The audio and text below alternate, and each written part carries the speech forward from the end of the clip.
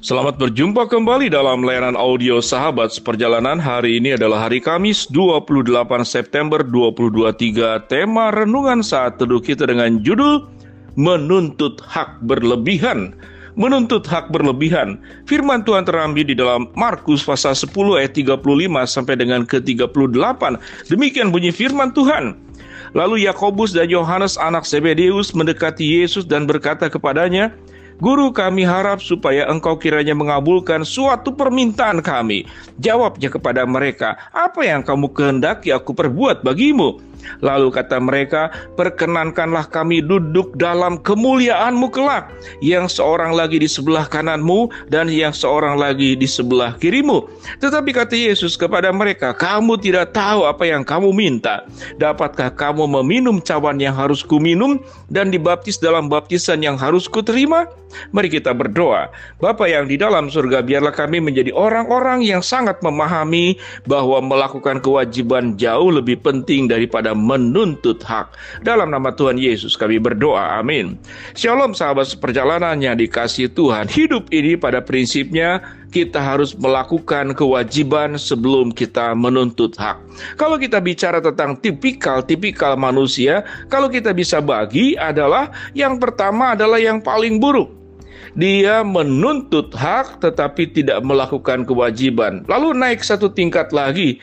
Dia menuntut hak karena dia sudah melakukan kewajiban. Ada yang naik tingkat lagi. Dia melakukan kewajibannya namun dia tidak menuntut haknya. Mana yang lebih baik?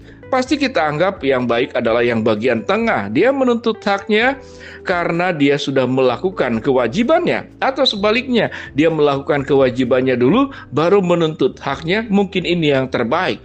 Tetapi kalau dikategorikan adalah orang yang melakukan kewajiban, namun dia tidak menuntut hak apapun. Siapa yang mau melakukan semuanya itu?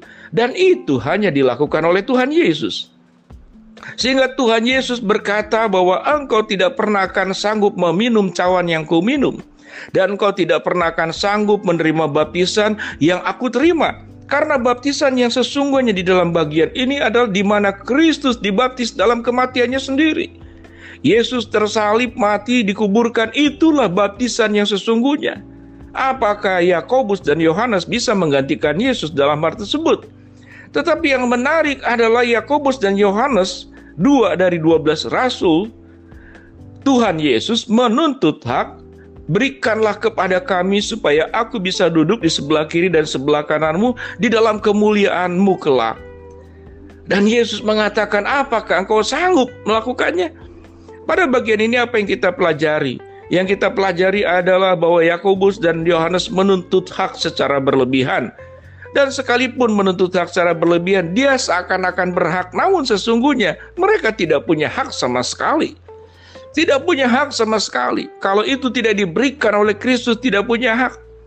Dan hak seseorang yang duduk di sebelah kiri dan di sebelah kanan berarti ada sebuah pemahaman bahwa mereka berdua, Yakobus dan Yohanes, itu merasa lebih baik daripada 10 rasul yang lain. Dan mereka berdua merasa lebih baik daripada manusia apapun yang tinggal di dalam dunia ini. Karena mereka merasa sebagai orang-orang yang lebih baik daripada rasul yang lain. Maka orang yang suka menuntut hak berlebihan biasanya karena dia merasa lebih baik dari yang lain. Ia merasa dia layak untuk menerima semuanya itu. Apa yang terjadi? Dalam pikiran Yakobus dan Yohanes, pasti Tuhan akan mengabulkannya. Mungkin mereka merasa bahwa mereka itu lebih dekat, lebih baik melakukan apapun yang diperintahkan oleh Kristus, ataupun ada alasan-alasan lain. Setelah Yesus menolaknya, aku tidak berhak untuk memberikannya.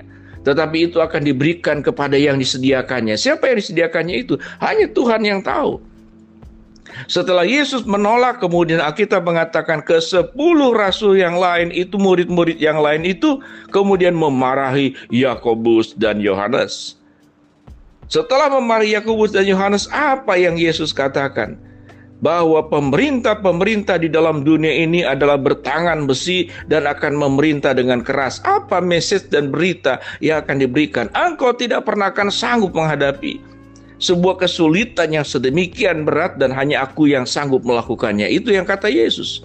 Mungkin mereka punya hal yang bisa mengalami hal yang sama. Mungkin mereka rasul-rasul pun 12-12-nya bisa disalibkan seperti Yesus. Namun, pengorbanan mereka tidak punya dampak untuk bisa menghapuskan seluruh dosa yang ada di dalam dunia ini. Dan itu hanya Kristus yang sanggup melakukannya. Sehingga dengan demikian Yesus berkata, engkau tidak pernah akan sanggup meminum cawan yang kuminum. Dan engkau tidak pernah akan sanggup menerima baptisan dengan baptisan yang aku terima. Engkau tidak pernah akan sanggup. Sahabat seperjalanan, menuntut hak berlebihan, pada dasarnya kita tidak pernah punya hak apapun. Karena kalau kita menuntut hak berarti ada sumbangsi yang kita berikan kepada Tuhan. Hidup kita pada prinsipnya sahabat seperjalanan, semuanya karena anugerah Tuhan. Semuanya karena anugerah Tuhan. Jadi seandainya Tuhan tidak memberikan apapun kepada kita, kita tidak punya hak meminta apapun kepada Tuhan.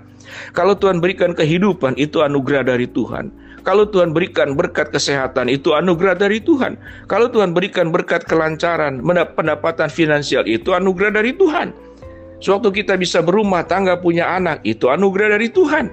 Bagi jemaat yang sudah lansia kemudian punya cucu, bahkan dalam anugerah yang lebih besar lagi kita punya cicit, di mana cucu kita menikah dan kita bisa menyaksikan sampai kemudian terlahir cicit keturunan yang berikut yang kita bisa lihat sebelum kita berpulang ke rumah Bapa. Itu adalah anugerah dari Tuhan. Sahabat seperjalanan, apa dampaknya orang yang suka menuntut hak dan orang yang hanya memikirkan menjalankan kewajiban? Orang yang hanya memikirkan menjalankan kewajiban, tentu dia punya kualitas karakter, kualitas integritas, kualitas yang terbaik. Orang-orang seperti inilah yang akan dicintai. Orang-orang seperti inilah yang akan kemudian dianggap punya kualitas sebuah kehidupan yang tinggi. Tetapi orang yang hanya menuntut hak yang lebih daripada apa yang seharusnya diterimanya, maka orang ini tidak pernah akan mendapatkan kepercayaan yang jauh lebih tinggi.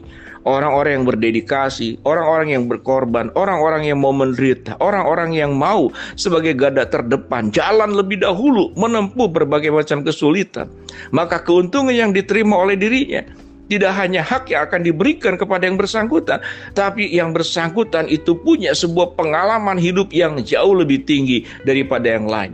Kalau kita berbicara siapa orang berkualitas, yaitu orang yang sudah punya pengalaman menderita. Siapa panglima perang yang bisa dipercaya? Yaitu panglima perang yang sudah punya pengalaman berperang di medan tempur dan berkali-kali nyawanya terancam bahkan terhilang dengan berhadapan dengan musuh. Maka orang-orang tersebutlah yang berkualitas. Sahabat seperjalanan yang dikasihi Tuhan, tatkala dalam rumah tangga, dalam pekerjaan, dalam dunia pendidikan, di dalam situasi apapun, kalau kemudian sebuah negara, rakyatnya hanya terus menuntut hak daripada pemerintah, tetapi rakyat tidak melakukan tindakan dan sumbangsinya, negara tidak bisa berdiri dengan baik. Demikian juga tatkala aparat pemerintah, mereka-mereka yang penguasa-penguasa seperti yang firman Tuhan katakan, mereka hanya menuntut hak jalan-jalan ke luar negeri, menghabiskan anggaran negara, tetapi mereka tidak melakukan kewajiban, tidak setimpal dengan penghargaan yang diterimanya. Apa yang terjadi? Rusaklah sebuah negara. Dengan demikian sahabat perjalanan, sewaktu kita menjadi orang yang memikirkan, kita jalankan kewajiban hidup kita sebaik-baiknya, maka berkat Allah itu akan diberikan kepada kita dengan luar biasa.